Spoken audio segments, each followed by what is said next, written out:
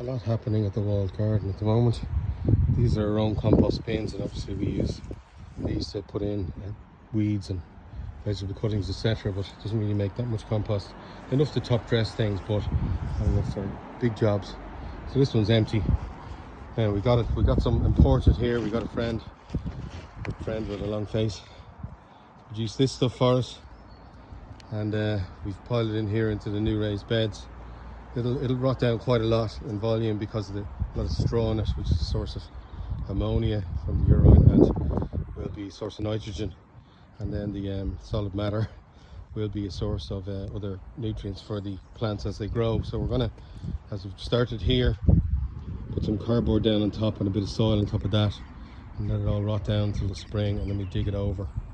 And we're putting down some paths here. These don't really like this membrane stuff, but got to keep the weeds down sometime. We're going to cover this up with bark or wood chip, try to get that, source that locally if we can. And we're going to put one of these in between each of the beds just to keep that weeding down, because weeding in between your flower beds is a pain. Weeding in the flower beds bad enough, having to weed in between them like this here. So we're just going to get membrane down into these small areas here, and look at all the rest of this in the beautiful walled garden is left for the birds, and you probably see birds and stuff, insects, etc. So we're still environmentally friendly. We're not using any herbicide, pesticide, anything like that.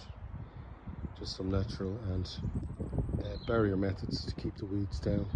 And that's it. So just going to look good now in the spring. We'll have this as a productive garden. Beds all along this side.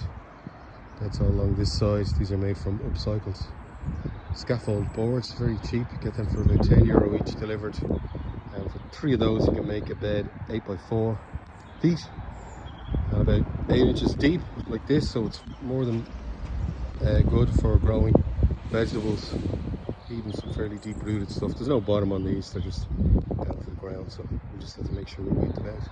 And that's it, a beautiful day, lunchtime at the walled garden, and looking ahead to spring. There's even some crops down there growing in the winter.